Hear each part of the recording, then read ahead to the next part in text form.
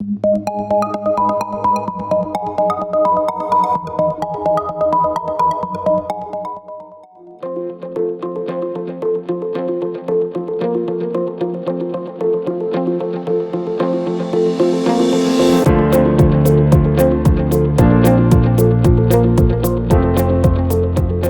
this is the MiChild platform, and it's currently delivered over 3 separate devices. This major device here is essentially the main headquarter element of the actual software system, and that would sit where the director or the administrator would sit. So it holds all the information.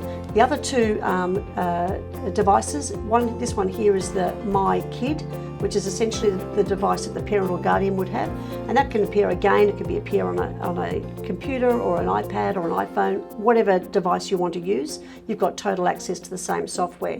The next device here, which is called MiEd, and that's the device that the educator will have access to. So again, that can be via mobile phone or a laptop or a tablet, however you best want to use it. So if I go into this system here, this is the very, very front end. It's the main portal, it's a communications hub. Anybody participating in MiChild from the establishment, the childcare establishment's perspective, will have access to this under different access arrangements. So I've actually logged in here as the director of a particular childcare establishment. So this is a communications hub. It's one of a number of options you have within the actual communications hub area. You'll note here you've got access to a number of different pieces of data and information. You can put whatever you want into this portal that best suits your actual needs. So if you're an educator, you might be more interested in specific information to your class and to your children and to the parents related to your children and to your learning stories and things like that. Whereas if you're the director, you'll have more interest in having information about your global staff, globally the parents, and also your reporting requirements up the chain to your headquarters, etc., etc. A point to note here with this is that all this area here is totally malleable. You can have any information coming in here that you desire. So being the director of this particular childcare establishment, I've chosen to have information about my rosters. I've got global information about the learning stories that are actually covered off in my childcare establishment.